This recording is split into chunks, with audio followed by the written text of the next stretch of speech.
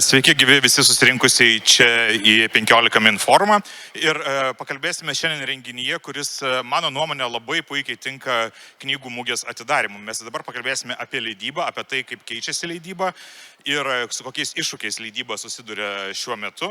Na ir tam iš tikrųjų yra dvi labai geros progos, nes visai neseniai, visai prieš kelias dienas, Leidykla LAPAS išleido Roberto Calasso knygą LEIDŽJO MENAS, su kuria galima drąsiai apibūdinti kaip leidėjų Biblija. Tai yra knyga, iš kurios įkvėpimo semiasi daugybė žmonių, daugybė leidėjų ir žinau, kad ir Lietuvoje yra leidėjų, kurie tiesiog sako, kad perskaitę šią knygą suprato, kaip reikia kurti tą leidyklą.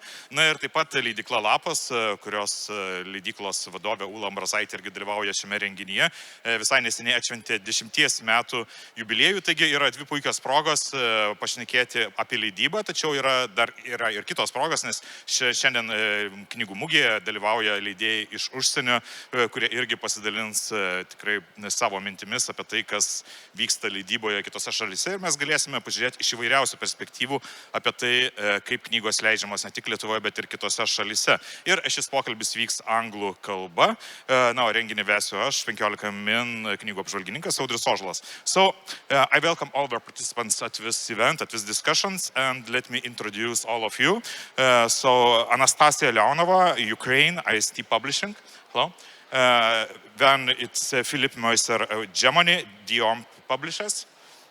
Rosalind Chua, Malaysia, and the name of a publishing house, maybe I will not pronounce it very correctly, but just I'll try. It is Sivagrunach and Chua. Yeah, it's perfect, okay. And Ula Ambrasaitė, as I introduced before that, it's LAPAS publishing house, it's Lithuania. So the first question is, of course, about the book The Art of Publisher. And I believe that all of you have read this book, at least some parts of it. And maybe you can share your impressions about this book and what is the biggest lesson which you've got from this book. And maybe I'll start with Ula, why you decided to publish it, because I think what this book is dedicated to not such a big part of readers. I think it's just, I think it's aimed to small audience, but actually you just decided you have to publish it. So why? Yeah, thank you, Audrius, for the question. That's really strange. I've heard about this book some years ago, and I think there were like more Lithuanian publishers considering to publish it, or at least, yeah, to publish it. But maybe they also thought that that's too niche. I mean, we will not make any business out of it. And it was last year when I've got this book as a present after one of the LAPAS parties, and thought that I will never read books about publishing because we just need to do it. So we are doers. We just like, one book, another, we just do publishing. We don't read about that. And after the party, I just opened the book because it was already here and thought it's an amazing book for all the audience, for all the readers. It's not only for publishers. And I think the book helps the broad audience to realize what is the role of the publisher in the society. And from my perspective, it's really, so Roberto Calasso really showed that or wrote it in the very authentic and authoritative way that the role of the publisher is actually huge. If we think that some ideas that comes via books, via text, has any influence on our society's intellectual formation. So actually in the beginning there was a publisher deciding whether to publish or not. So I like that Roberto Calasso just put a notion on the publisher as an institution who decides what we will be talking about in the next 5 or 10 years. And the other great thing actually was also that it was kind of revelation for me to read the book and to know that all the publishers are struggling with money. And Roberto Calasso said that it's an art, the publishing is an art, but an art that specifically needs a lot of money to do that. And actually you can only lose money on publishing, and Roberto clearly states that. And Rosalind, what's your impression on that book, and what are the biggest lessons which you've got from this book? Well, first of all, I think we should congratulate Ula on putting this great book out. She actually introduced it to me last year, right before the London Book Fair. She said, Roz, I've got this great book, you have to take a look at it. Maybe you're interested in publishing it too, but I'm not as brave as Ulla. I read it, I absolutely loved it, and I would echo what Ulla said. It explains to the reader very simply what the publisher's role is and why the publisher is so important in continuing this tradition of running publishing houses. And I think it's a book that I should buy in bulk and give out to my friends at Christmas, because I still have to answer these questions day in, day out. Roz, what do you actually do? You know, the idea of being a publisher or a publishing director, it's something almost so vague in the minds of many people. People who buy books, people who are very literate, they understand the role of the author, they understand the role of the editor, but the publisher is something that is far, far more ambiguous. I think my biggest takeaway from this book was the fact that even though this book was written some time ago, and he does reference publishers from maybe 500 years ago, the problems we have, the issues we have, the challenges, the joys, it is almost the same today in the 21st century. So this is really a book that is going to stand the test of time. I hope it's going to be a bestseller for you, Ulla. Yeah, and Roberto in this book writes what actually the problems which we had discussed about some 100 years ago are still relevant today, and the publishers are discussing the same things, because we are just talking about artificial intelligence, we are about internet, but actually in the core of everything the problems are the same. And I wanted to ask Philipp, okay, Ulla said what this book is interesting not only for publishers but also for readers as well, and what do you think the readers will understand from this book?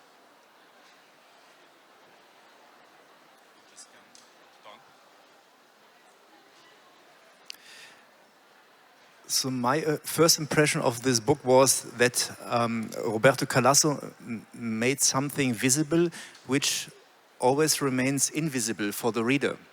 Because for the reader in the end, for some readers, it's just printed text on a paper. This is the main focus of readers. This is my experience from the past 20 years when I'm in the business of publishing. But there is a spirit behind. And the spirit is our individual philosophy of publishing business. I'm always trying to explain to my proofreaders and even to the translators that their work also remains invisible. It becomes only visible if there's still a mistake in the spelling. So that means somehow the publisher tries to make a text readable. Of course, there is the input from the author, but the publisher makes it like in an orchestra. So for an orchestra, you have so many talents and experts for each single music instrument, but you need a director to compose. And in that sense, the publisher is a composer as well. And we already talked about what problems which were relevant some 100 years ago are still relevant today. But I want to ask, are there problems which are relevant, for example, in Ukraine and in Germany and Lithuania and Malaysia are the same? And I wanted to ask you, Anastasia, when you talk to publishers from other countries, do you feel the differences and what the problems which we deal with, or you are basically the same problems, except money, of course? Yeah, that's the constant problem. Hi, everybody, and thank you for having me here. And sure, I should say that as a publisher, as a small press publisher from Ukraine, it's already feel as a niche to work in this topic, because you have very small audience, and books we publish very similar to LAPAS books feels, you know, a bit limited, and the problems we share money-wise, and then how to work with the audience, and how to you know, just to talk about the valuable of the books we work with, still the same, I think, across the world. And yeah, congratulate Ulla and all the LAPAS team on this book, because I should say that it was probably one of the first book I've read on publishing practice. And I was really therapeutic for me, you know, at the beginning, because you know, when you started and you see his line that if you want to lose all your money, you have to run the publishing house. And I thought, okay, I'm screwed up.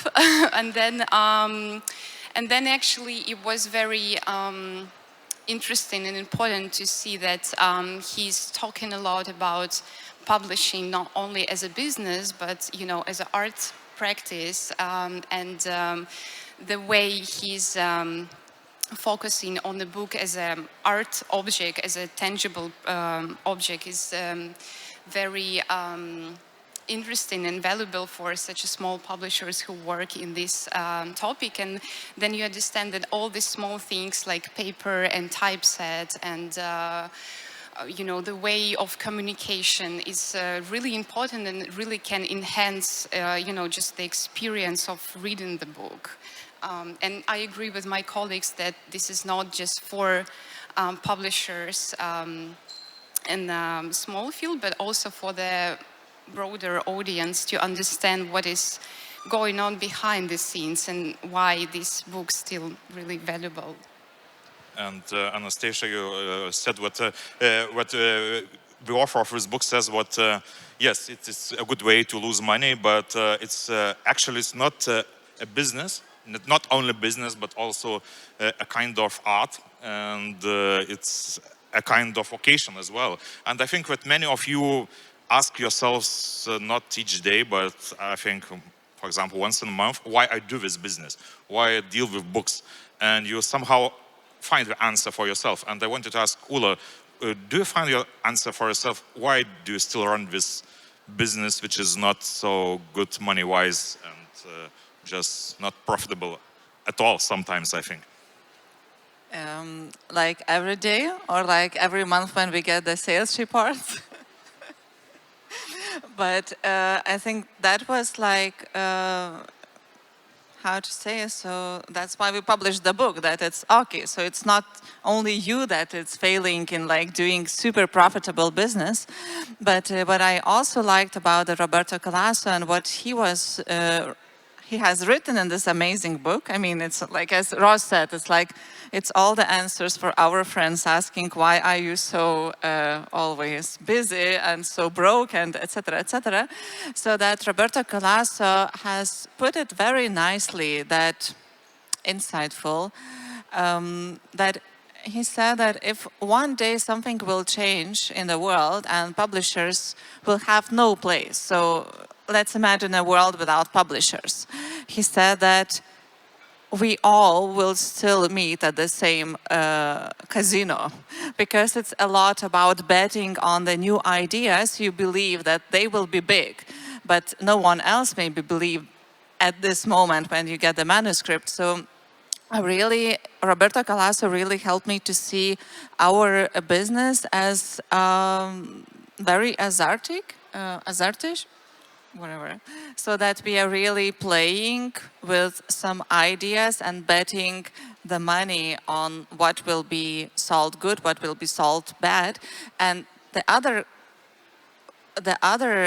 side of this coin is that Roberto Calasso is also saying that the good publishing house is actually not a good who's making the very good profit. The good publishing house is who publishes only the books they think it's very important for their portfolio. And I think then when you have a bit lower sales, it's always Roberto Calasso helps realizing that, okay, but do you still believe in the books you publish? Yes. So if yes, you just breathe and continue. Yeah, but you said what the good publisher publishes only books which he believes in. But I wanted to ask you, does it happen sometimes when you publish a book which you actually don't like at all, but you know, okay, it will sell good? Does it happen sometimes? Rosalind? No, never. No? No. I think Because we're a small publisher, I just want to clarify, we're a small publisher, we don't do many books every year. So each book to me is like my child. You know, everyone is absolutely precious. If there are mothers out there, of course, maybe you don't love your children all the same way, you love them in different ways, but you still love your books. And I think, I hope that's reflected in the effort that we put into them. And Philip, for example, if you have to choose, for example, you have a book which you know it will sell about, for example, 30,000 copies. You don't like it, but okay, I will publish it, and then I will manage I will, maybe I can publish 10 books which nobody buys, but which are very good. So will you do it? Yeah, I have to admit, so if I look back, so in the 20 years, I guess I would estimate we published more than 700 books. And out of the 700, I would say 5 books or even 10 books were books what would not let's say, my dream to publish. But somehow we decided to do it, exactly the reason what you were just mentioning. So we had print runs, more than 25,000 copies, which is amazing for us I would consider us as a small publisher. And this helped us to do other books. And if you allow, I would also like to comment on another learning or another comment on the book. In the 20 years of publishing, I was always trained or taught by my audience, or you do publishing, you can't earn money, you can't make profit, you can only make benefit. I agree with this. But if we would not make any profit out of the publishing, none of us would sit here. So that means publishers are trained, or the behavior of a publisher is also to say, I can't make money out of it. No, we can make money out of it. And this is the secret of our publishing. You were just talking about a small niche. My experience is, the smaller the niche is, the more successful you can become. As an independent publisher, and this is the last comment from my side, for the audience, you have 4 independent publishers sitting here. That means it's a publishing house, you have a face, you have a publisher. We are not part of a big group that we are, let's say, a private equity or whatever, and we are sold every 2 or 3 years. No, each single book, we are responsible for the success, and we are also responsible from the legal point of view. If something will happen and there is not a copyright for the book, all of us would have serious problems. So that means we face a big risk. It is possible to make a profit within a small niche, but so if I talk about me, so the motivation I do it is the benefit. And if you have a reader who writes you a long letter, not so often this happens, but you have a reader who writes, this book opened my eyes. Or you have an author. Just this morning I was talking to an author and he said, okay, I did a book with you, I'm so happy. It helped me to have another book with another bigger publisher. I could say, okay, I'm jealous now because the second book he's not doing with us, but I was proud to hear this, that I helped him in his career. Okay, but I think it's very hard to choose the right book, which is very just meaningful for you, but also which sells just a little bit to make a little bit profit. So how do you choose books, for example? What is the main factor of choosing books? Intuition or some, I don't know, friends and colleagues and just recommendations from other people? Yeah, what is the main factor? That's a very good question. I would say that, when we started, we were really focused on our readers, and we imagine it as ourselves, and we were doing books just for us. We started to do translations of art history and theory, some anthropology, design, and we translated text we really missed in Ukrainian field. And that was mainly for us, for our small bubble. And then we just, know for sure, this program, we should create it from, very beginning, and, the authors we should bring into the Ukrainian field. But we didn't have enough readers for that, and we received so many feedbacks that, this text is, very difficult, we couldn't get it, and our sales was just dramatically low. But then 7 years after, now these books I mentioned, it's almost sold out, and we received requests to republish it again. So I think this is just a matter of time. Even if we didn't had this audience before, you can really grow your reader. And I think this is what also we see as a mission of the publishing house, to create this circle of like-minded people who can grow with you, who can follow your suggestions, read your books, and then trust you on your choice, even if it's intuitively. And you mentioned these like-minded people, and Roberto Calasso in this book writes what communion is very important, and connections with readers the connection with readers is very important as well. And I wanted to ask Ulla, how do you create this connection with readers? And Calasso himself says what the relationship of communion with readers is very important, but at the same time he stresses what this must be based only on a continuous, non-disappointed experience. But that is impossible, because sometimes readers are disappointed. So how do you create that relationship with your readers?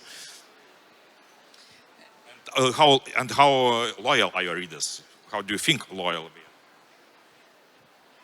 they are? It's hard to say, because well, we started with architecture books, and the architects community in Lithuania is like very supportive. So I really still feel a lot of, we have a huge fan club of architects who read not only architecture books, surprise, surprise, but they read actually everything that we publish. And that's, yeah, I think we just started with architects, which I think are very intellectual audience and interested in a lot of things.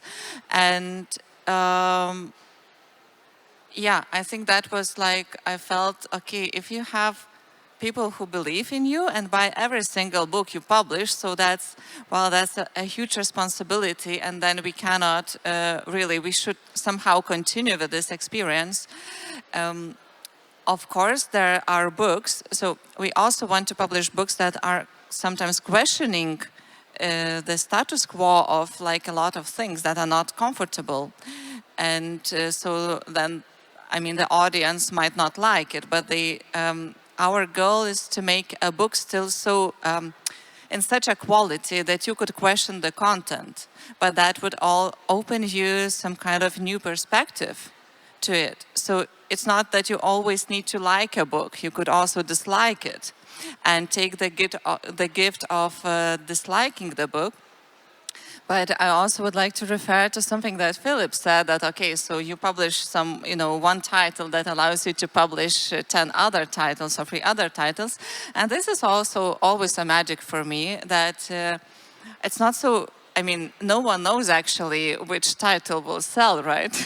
So if we could, so there is statistics that 1 out of 10 books is a bestseller, and it's super profitable. 2 books are like, okay, on the zero in the end, and 7 books are in minus. So of course everyone would like to, publish only these, bestsellers, but there is no list of bestsellers that you can, choose from. You also need to trust your intuition in the end. So you might buy author rights, translation rights for something you believe it will be a super bestseller, but suddenly you have like plenty of books in your warehouse, and what to do then? Yeah, but sometimes it happens like you publish a book and you think, okay, it will be a bestseller, because in other countries it is bestseller #1. And you publish, for example, in your country that book, and it isn't bestseller. It is not profitable at all. You sell about 200 or 300 copies of it. And so, Rosalind, does it happen sometimes, and maybe often? I don't know. Sorry, About books not books. being bestsellers. Yeah, the books which are considered as bestsellers in other countries, but it didn't go well in your country. I think Malaysia's a very different situation from Germany or Lithuania in the sense that we're an open market. So a lot of UK and US publishers import their books into Malaysia. And if you publish in English, like we do, we're at a huge disadvantage because we're fighting against the likes of Penguin Random House, Simon & Schuster, all the big giants. But I don't think that's necessarily an issue because we focus on nurturing our own local talent and also trying to push them internationally. But if you ask me, can I spot a bestseller? From my experience, I would tell you absolutely not. The books, which is not to say I don't want the best for my authors. I think they all have incredible talent. They all have the possibility of being bestsellers. But have I been able to accurately predict which books would go on to be on the charts? No. It's been absolute, should I say, dumb luck? Yeah, but right now we are talking about sales, we're talking about commercial, but Calasso in this book also says what we don't have to talk about books in the terms of commercial or literary, and he says what we must talk in the terms of philosophical terms of good and evil. And it's a very strange idea because how we can talk about good and evil regarding books? How do you understand his saying of what we must talk about, just this book is good and this book is evil? What does it mean? Philipp, what do you? If I may answer as an architect, so I'm also working as an architect, the question is, what is beauty and what is the opposite of beauty? And everybody understands it differently. And it has, yeah, it's an individual taste. And the question, what is a good book, is, I would say, a good book is a book which fits into the publishing program of a certain publisher. So that means we are doing books on architecture. If I would start doing a book, I don't know, on how to educate a child or something like this for young parents, maybe this book would not be a good in our publishing house because we are not recognized as a publisher for educational books. So that means, on the other hand, if we do a book, and we did a book in German language on Vilnius and on Kaunas. Kaunas, I would say in Germany, Vilnius people know about Vilnius, but about Kaunas, people don't know anything. I'm just simplifying. But this good book was selling good because it was a very, very small niche. It was only German language. And those people who are interested in Lithuania, they know about the book and they would consider this book as a good book because it fits exactly to their expectations from DOM publishers. And the same book, maybe if Rosa would publish the architectural guide of Kaunas in her publishing program, even in English language, and competing with Random House and all the big players, maybe this would not be a good book for her because it does not perfectly fit into your publishing program. Well, if Ulla sponsors me to publish this, I'll be more than happy to do that. But I get very worried hearing good and evil books. I really don't think we should, start to label books as good and evil. I feel we're just like a step away from book burning, book banning. So, yeah, Ulla. I don't remember actually the context in which Roberto Calasso mentioned the good and evil books. Just like maybe read a bit earlier, but I could share from my experience that we have published. So we are publishing books on architecture, and then some people think that every book we publish somehow represents what we are thinking about it. And I say, no, it's not what we are thinking about.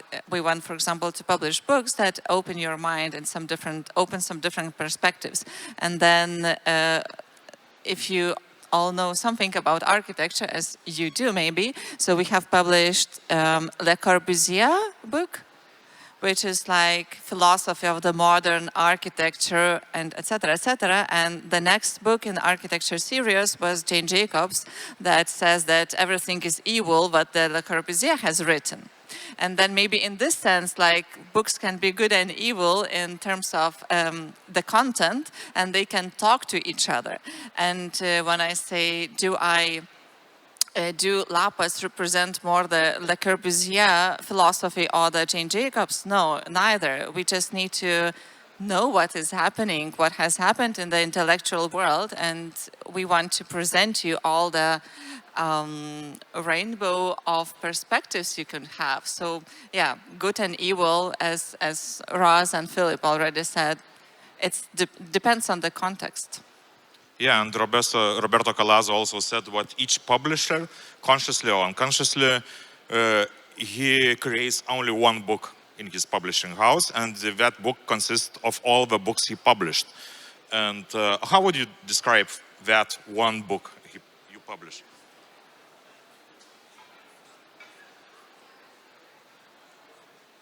That's interesting. I wouldn't say that we have one title that can describe all our practices, because as Ulla said, it should be really different voices, and as an institution you should help, to raise it and also to show different angles even within this small niche.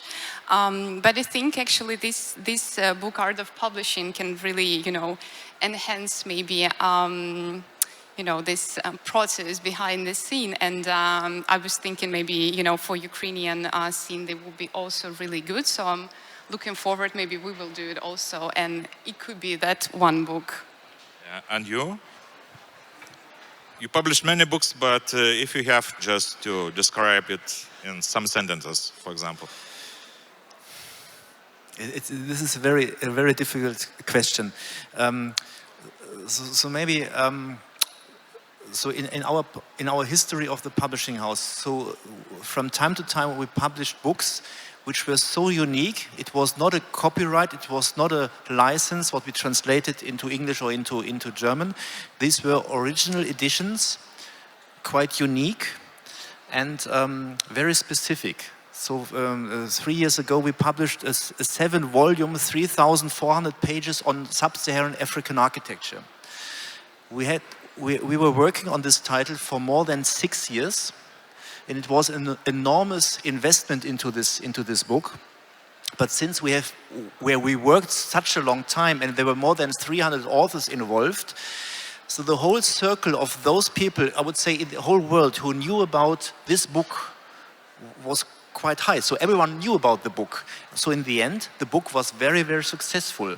But it required another secret of publishing business. And the secret is you need to have patience.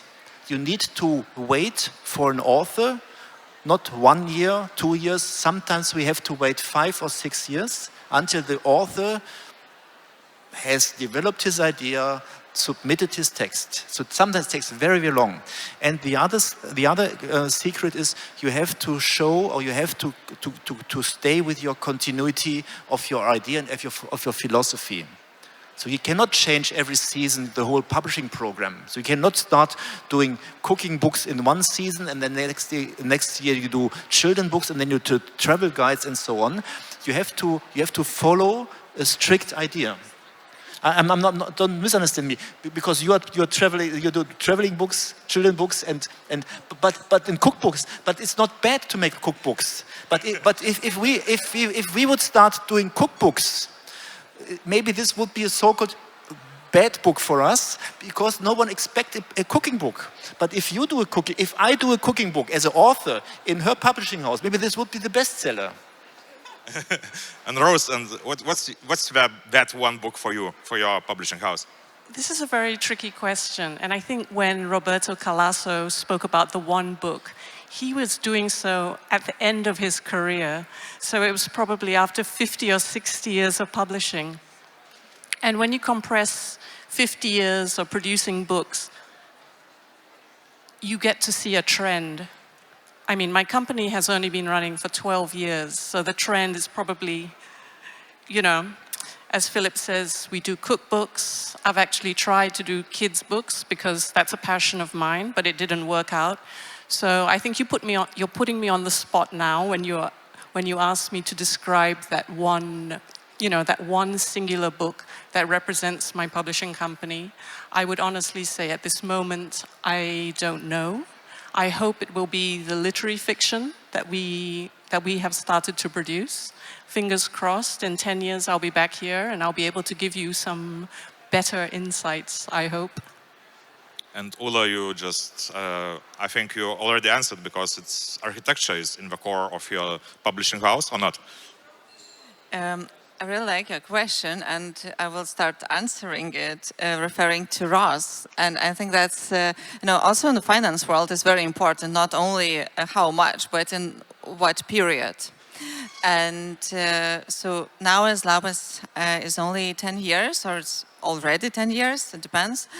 I would see that, so I can say now only in these 10 years, perspective from 10 years. And I know that Roberto Calasso was writing about referring to singular book, like one book, but I have not a book and not one. So it's, actually for me, the book is not so important. We are working with authors. And in these 10 years, I would say that everything what Gabija Grušaitė and Marija Dramaitė is writing, we do publish. And they are kind of our singular or dual authors that represent one, the architectural path, and the other, the fiction path, the very strong fiction path. And if to mention one book out of them, so it would be hard, but I guess with Gabija is the Grybo sapnas, the mycelium dream that is now released. And really, there is topics of architecture of everything actually what we have ever published is somehow in the mycelium dream. And also with Marija Dramaitė's books on architecture, they also, it's not only architecture, they are moving slowly to the anthropological perspectives. And the new book, which is called Jūs gaunate butą, right? It's also comprehension of everything what was done before. So, sorry to Roberto Calasso, but we have more. Yeah, and Roberto Calasso, when he speaks about problems, he says what the problems which the publishers are discussing right now were discussed some 100 years ago. But also he says what one of the biggest problems right now, it is the disappearing identity of publishers. And he says what even the publishing houses themselves, we don't know what actually they do. And do you think also what disappearing identity is one of the biggest problems in publishing industry right now, and how to build that identity, in your opinion? Yeah, I can definitely see that problem, and we discuss it a lot with my colleagues, that even when we receive the request for publishing book, we usually receive request for printing the book. So people even don't know what publisher really do, and all this process, like the huge process, from create the idea to producing the book and then to, sell it and present it. It's a huge, and it's sometimes, for several years. But somehow a lot of people and young writers, they just, has this idea of publishing house as a printing house, actually. So what we do in our practice is that we also trying to enhance publishers' practice, and with my colleagues, we do sometimes even lectures on how to publish book, to, just to describe all this process. And that as a small press, we have this, I would say, unique and a small approach to work with each author, and this is what I like, to stay within this frames, to be in a small publisher, because you have time and attention to each title, each book, and to work with the authors. And I think it's very important to, just to understand what publishers do, to talk about it clearly, and to have a respect on work, because it's really a lot, and I would say the life of the book, sometimes it can last for like 5 years or even longer, and then you're trying to keep this attention for the title even within other books you publish. And Philipp, and what do you think on this subject? Because Calasso says what even logos are disappearing from some of from some of the books, and what the identity is lost somewhere else. Do you think it's a problem? Anastasia was just saying that sometimes you have the feeling that authors or third parties consider a publisher as a, let's say, extended arm of a printer. We often face this problem, and when I understand that my counterpart or the people you are talking to, they don't understand what a publisher is doing, we had cases that we advised them, okay, we give you a contact to a printer, go for the printer, do it yourself. It seems that you know about. In the end, half a year later, they came back to us and they said, okay, you were right. Because they had a garage full of 1,000 books and they didn't know how to distribute. They didn't know how to communicate the book. And this is another parameter of publishing. When you meet an author, the author has a strict idea. He would like to do a book on a water bottle. And maybe he's the one and only in the whole world who can do it. But he might not be the perfect person to make the world know that this is the unique water bottle. And the publisher can help him. And if we would have sit here and talked 10 years ago, the free seat would be easily to fill because there were so many other independent publishers, but they are disappearing. And this, this might be a cleaning process in the whole publishing business. It had become so easy. You can just submit your manuscript. You just submit a Word file to Amazon, and they say, okay, we do print on demand, and people think that this is a publishing. And we have to admit, this is another new model, another modern model of publishing. But we represent another kind of publishing, and I'm not saying that we are dinosaurs in the business. I would even say we are the peak, and we remain the peak. Rose, and what do you think? I think the question of publishers losing their identity and then equating it to their brands on the book being very small is not necessarily the same thing. Identity and brand identity are often two very different things.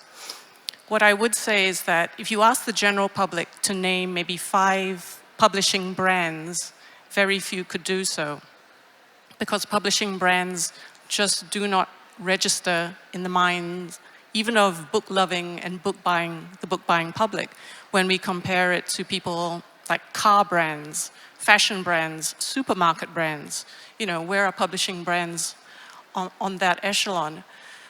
Where I think the branding really comes in is with the author. And this is what publishing houses, especially the more successful ones, are doing. They're investing more in building author brands, in supporting the authors, into creating that brand. And that is ultimately what's going to sell the book.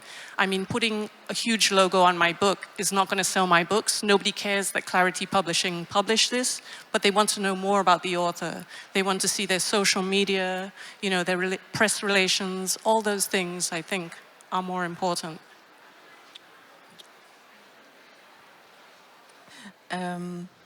After reading the Calasso book, I think, so before I thought that, okay, what does the publisher do? And I had it only for myself, the answer that maybe we are curating narratives. And if you look at the publishing as this, and a publishing house through the, as the publishing house who is creating a narrative, and then you can understand that, okay, so does this publishing house has an identity or not?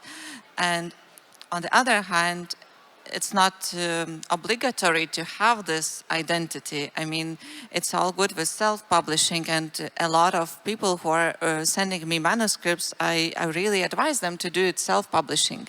And then maybe a publisher can find them via already published book. It also might happen, but it's strange that Philipp said that in the world you see that the independent publishers are somehow disappearing, but what I see in Lithuanian market, it's that the independent publishers are like on the hype, and like there's like so new independent publishing house every year, and I mean publishers who do just philosophy books, and they are visible, they are here at the book fair, and they are selling their books. So I think somehow it depends on the market, and maybe in the future it might be that the publisher will need to have a very strong identity to sell the books and to help the authors to be visible in this narrative that he creates. I don't know. So it's in Lithuania, I think it's really important who is publishing what, maybe globally not so much. But I mean, as Philipp also said, if you are published by dumb publishers, it's already a brand. You are distributed and everyone like knows you. Okay, and we are already running out of time. And so why publish books? And Roberto Calasso says at the end of a book, because publishing books is fun. And when you come to a Frankfurt Book Fair and to the famous parties, of course you understand why publishing books is fun. So is really publishing books fun? It's a funny business. So much fun. Really, I was meaning to answer the same, but I forgot the Calasso, already answered. Yeah, it's, I mean, of course it's difficult, it's struggling all the time, and I mean, either you are independent publishing or you work in a big publishing company, you still face a lot of problems.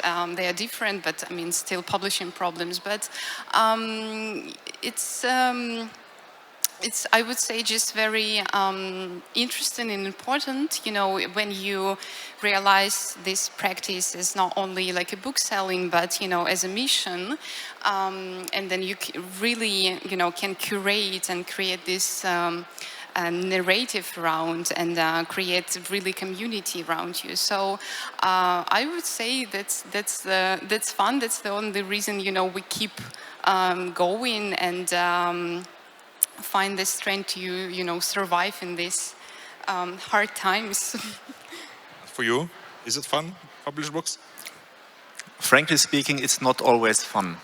If you have to talk to an author after 1 year, after 2 years, after 3 years, and he always promises you something to deliver, it's not fun.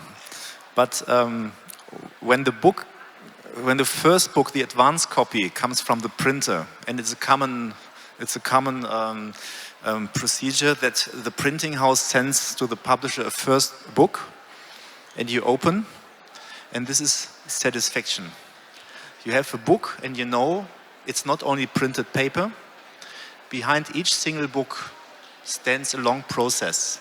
It's the initial idea by the publisher, the initial idea by the author or by someone else. And then after such a very, very difficult procedure, you have the first book. And then I would say from the satisfaction, it makes fun, of course. But satisfaction first after a long process. Rose? Yes, it's definitely a very fun industry. And, if you enjoy books, you enjoy working with books, it's brilliant. And I think what very few people talk about is also the relationships that you make when you're involved in publishing, not just with your authors and your editors, but the international publishers. I'm not kidding when I say that the publishing community worldwide, it really is like a big family of very like-minded, brilliant, friendly, very open individuals. And, I feel very privileged to be a part of it and to be here. And Ulla, where is 10 years of fun? Well, I just figured out that in the economic classification, publishing falls under the category of entertainment business, and that was also a revealing point. Okay, so if that's entertaining business, so I mean, we are supposed to have fun. And for these 10 years, I was having a lot of fun, but I think publishing is for people who want to have fun taking huge risks. So if you enjoy taking risks, so then you will have fun in publishing. Otherwise, you better do something else. Okay, and already my phone says time to stand. So actually we have to finish our conversation as well. And thank you for coming here. Thank you for publishing these good books. And thank you all the audience who came just here to listen about the books, about publishing industry. Thank you very much.